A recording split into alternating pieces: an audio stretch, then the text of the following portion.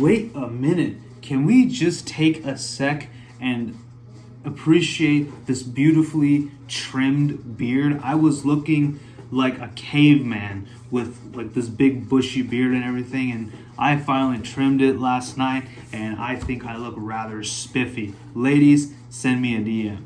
Anyways, with that being said, welcome everybody to the NerdyMark channel. You know who I am, Sid the NerdyMark, and this is the NerdyMark Wrestling Show. So before we begin, a couple of quick announcements. Well, actually one announcement.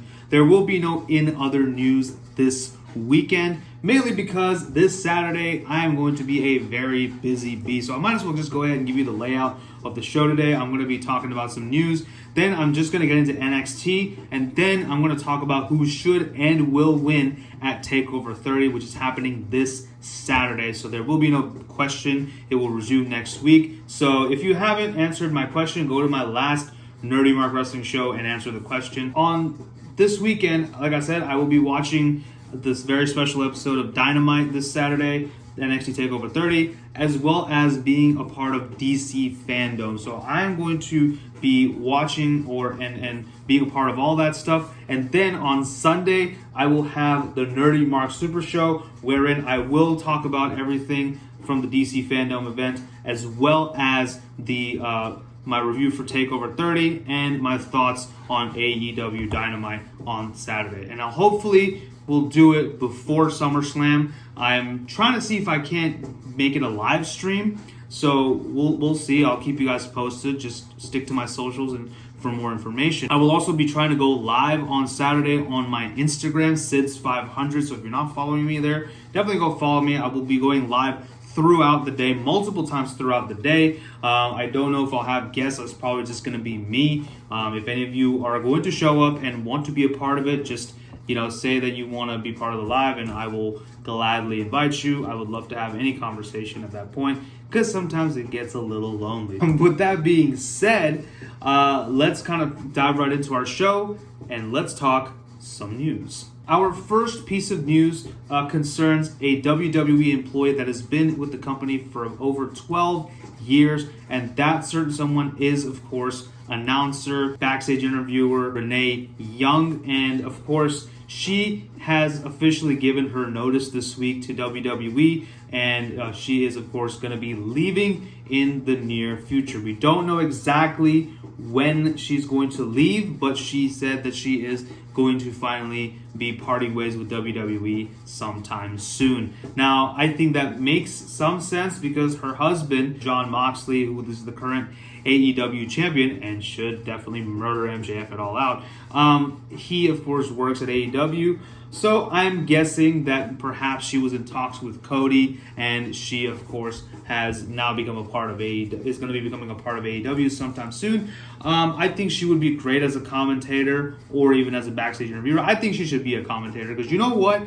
I actually liked her banter with Corey Graves, and even when she was on NXT, she was pretty good. But, I think she was one of the people who was really able to kind of keep Corey Graves in check, because Corey Graves, being a heel announcer, he's like he always, is, kissing ass with the heels, while Renee Young, is still able to give him a run for his money and, have some decent comebacks, while Byron Saxton is basically there being Corey Graves' bitch. So I think that was really cool that they gave Renee Young a character who actually can go toe-to-toe with Corey Graves. So that was pretty cool. I like that. I think Renee just has natural charisma, and I think she's going to be fantastic wherever she goes. Perhaps she won't go to AEW. Maybe she'll replace Josh Matthews in Impact. Please, God, make it happen. I will actually watch Impact if that happens. Well, that's not a promise, but I may catch more episodes of Impact. That's all I can promise you there. But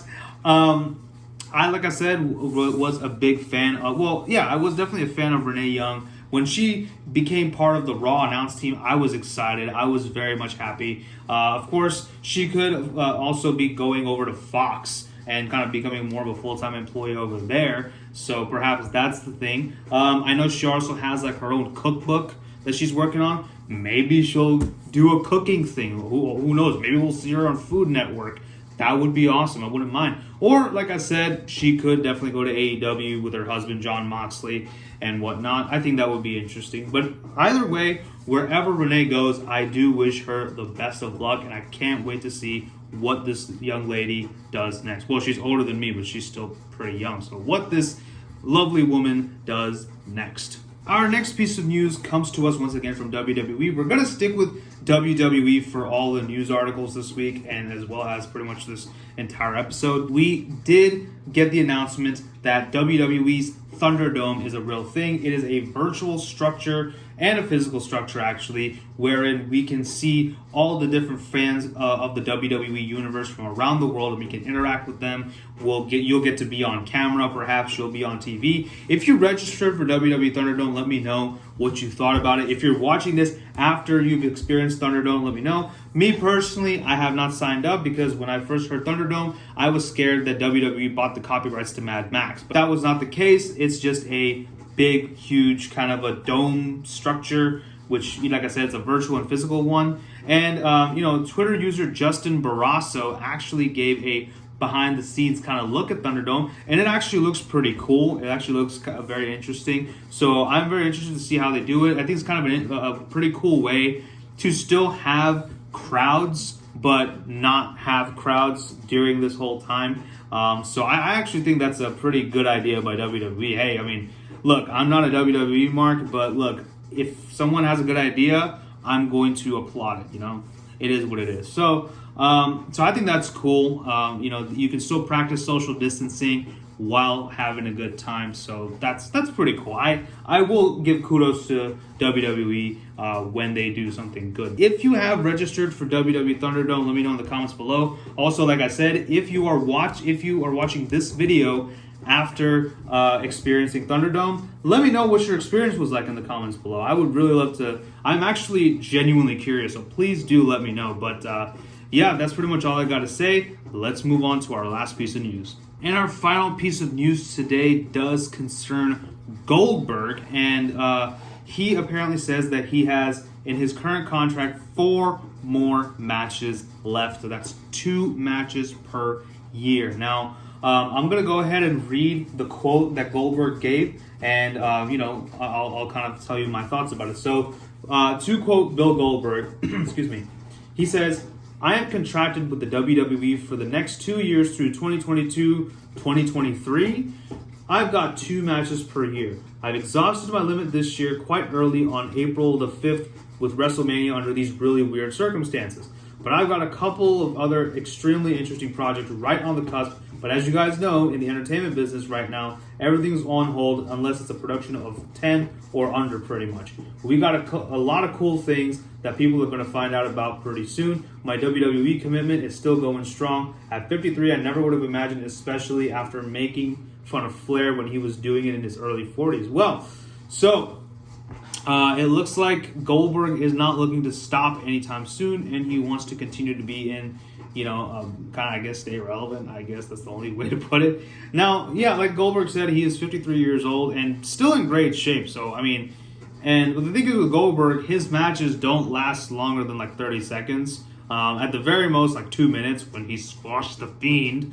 I'm still not going to forgive you for that, Goldberg. I'm sorry. I appreciate you helping me get back into pro wrestling again, but that is something that I will never forgive. But anyway, so as long as he's not squashing the Fiend again, I'm fine with Goldberg having a match. Matter of fact, as long as he's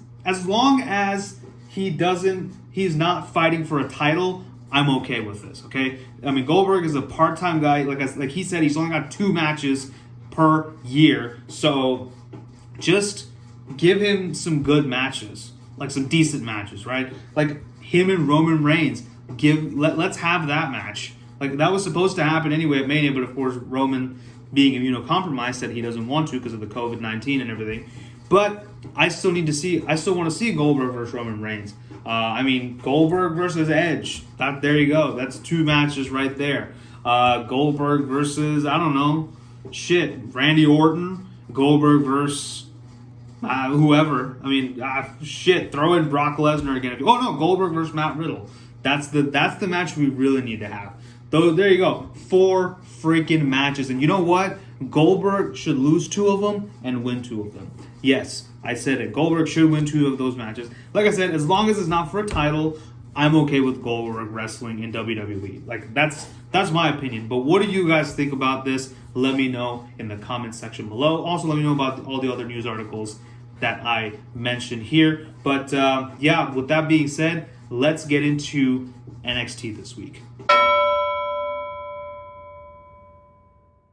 So this week, NXT was the go-home show before TakeOver 30. A lot of interesting things happened. Let's begin. Let's talk about Johnny Gargano versus Ridge Holland. I called him Ridge Holloway last week, which I'm really sorry. But this was, of course, to qualify for the North American title ladder match. Fine match here. Really I did enjoy it. Ridge Holland did give Gargano a run for his money. I wonder if they're just going to go ahead and take all the NXT UK roster and just ship them over to NXT. I mean, Triple H has a gazillion dollars. I think he can fly out a bunch of people on private jets and just bring them over here. Like, seriously, like he can do that. That being said, this was a fine match. Gargano obviously wins, so he gets the fourth entry into the ladder match. We got one more entry left, and that is the main event, and we'll talk about that in a sec. Dakota Kai and Jessie Kamea, who actually has the Dragon Ball Z logo on her back, which was cool. A fairly competitive match here. I think it's a good way to build up Dakota Kai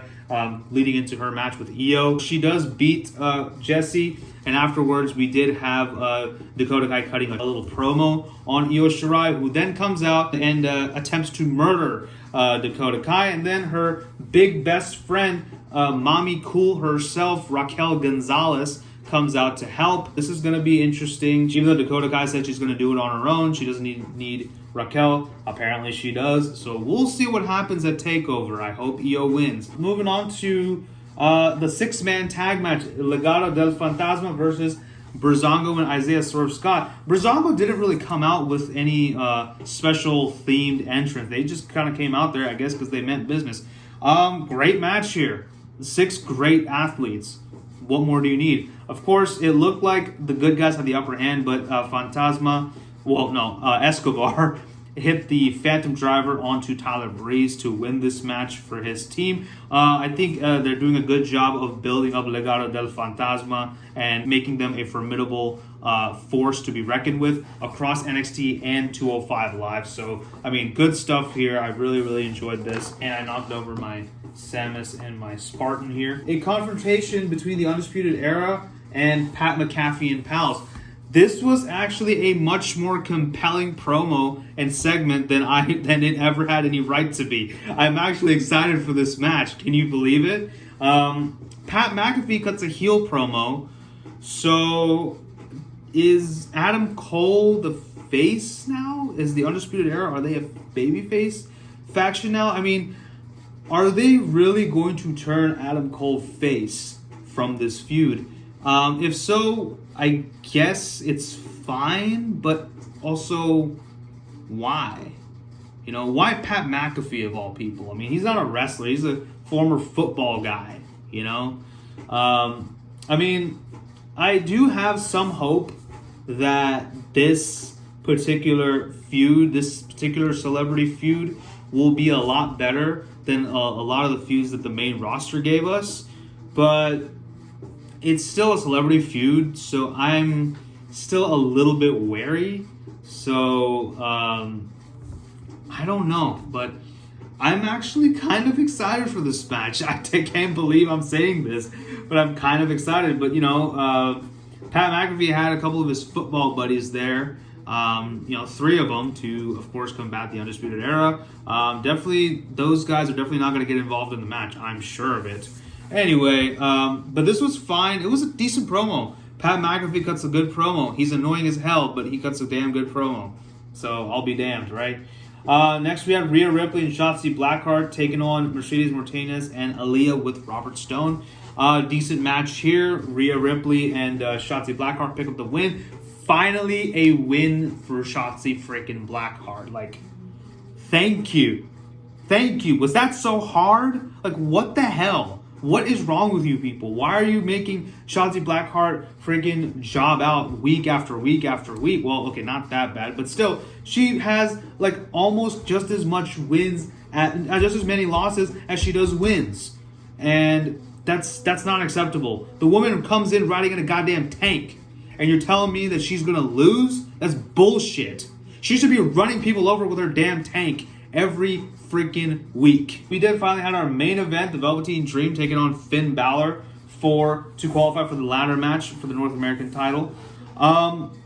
Despite everything going on with Dream, I thought it was a really good match. I think both of these men are very evenly matched, and I quite enjoyed it. Velveteen Dream did win the match and is qualified for the ladder match. I still don't know how I feel about that.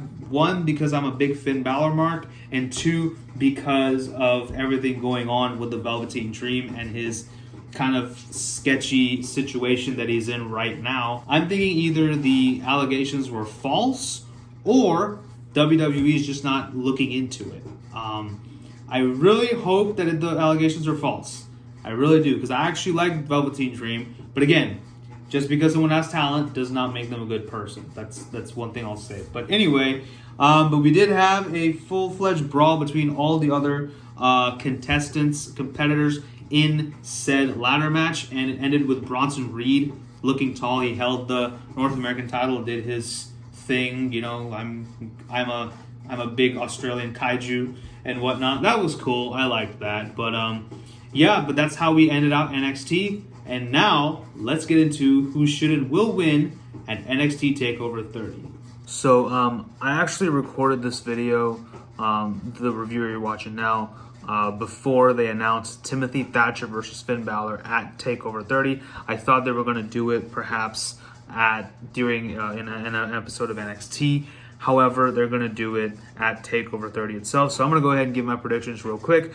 I think that Finn Balor should win. However, I think since Timothy Thatcher is the newer guy, relatively, I think that Thatcher is picking up the win here. I will be fine with either, frankly, but I'm still rooting for my boy Finn Balor. So let's get into who should and will win at NXT TakeOver 30. Now, I'm not going to go too much into every single match. I'm just going to maybe take a minute per match. But let's start off. We have 5 matches, 1 on the kickoff show, 4 on the main card. We have on the kickoff show, Legado del Fantasma versus Breezango versus Oni Lorcan and Danny Burch. The winner of this triple threat tag team match will get to be the number 1 contenders for the NXT tag team titles against Imperium. First of all, why the hell is this on the kickoff show? Second of all, why are the Undisputed Era not a part of this? Well, actually, I kind of understand why the Era are a part of this, but still, why is this on the kickoff show? I think who should win?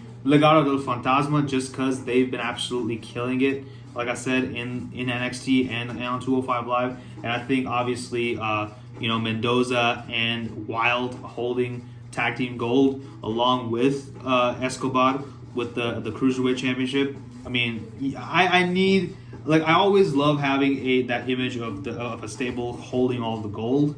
So I think it would make I think it would be really cool. But I do feel like they're going to give it to a babyface team, and I feel like it's going to be Breezango.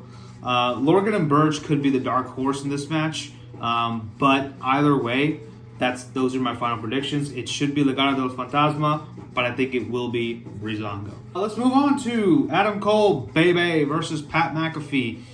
Who should win? Adam Cole. Who will win? I think it's going to be Adam Cole.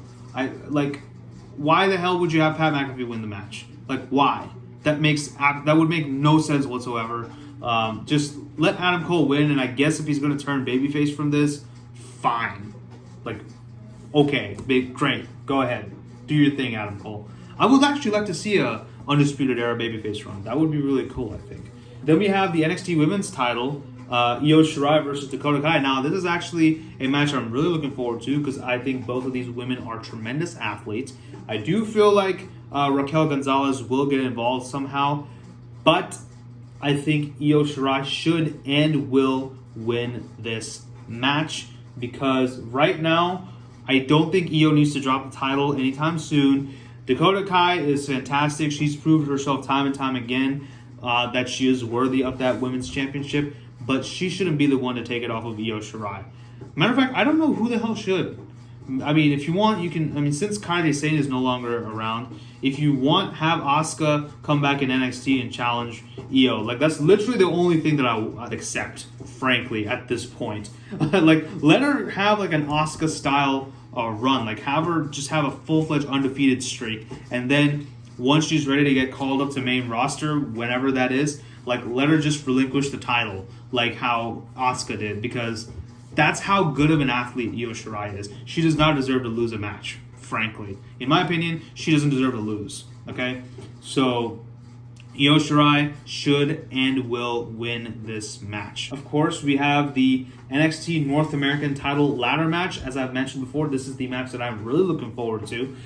We have the competitors as Bronson Reed, Damian Priest, Cameron Grimes, Johnny Gargano, and Velveteen Dream. Now, like I said, the first ladder match they did with all those people, I think it was Killian Dane, Lars Sullivan, EC3, Ricochet, and Adam Cole. So that was a damn good match. And so this one has some pretty big shoes to fill.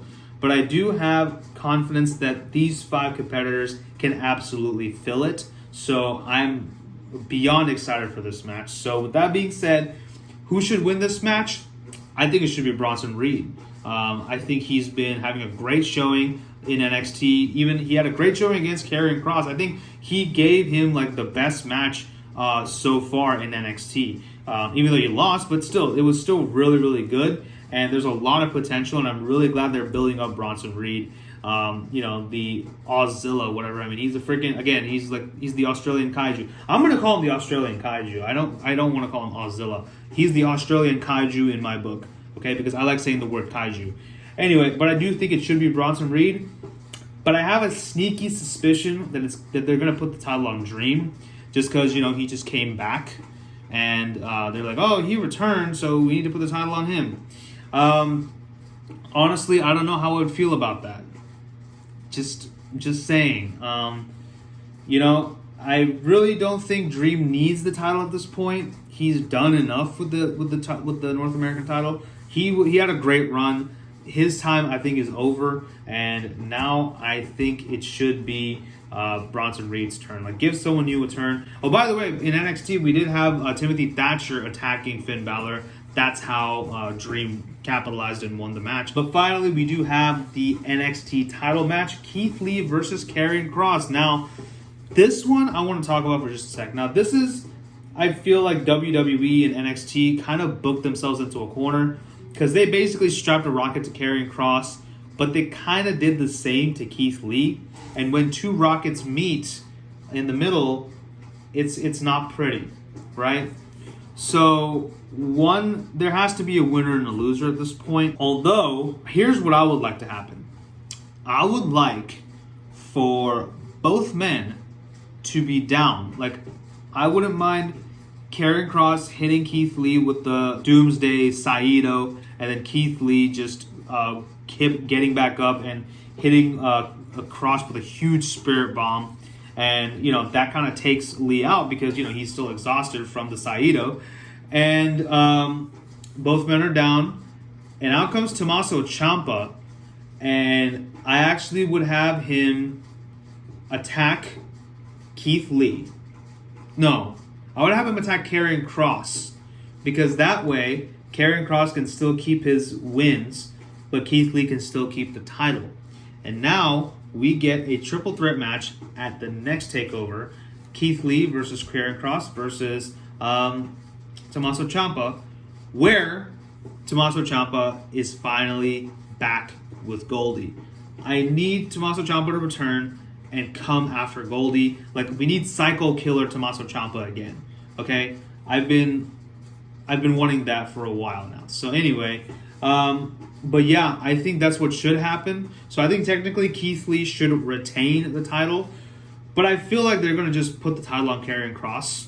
So, but that's okay too. I mean, that would work. Either way, I just want Ciampa to be involved in this, because Ciampa, I need to see him back with Goldie. He had to relinquish the title because he got injured. Now he's fine. He's had enough time for a break. He's had enough break. He's had enough rest. Let him come back. Let him get Goldie. either take it off of Cross or have him pin Lee to, in that triple threat to get the title.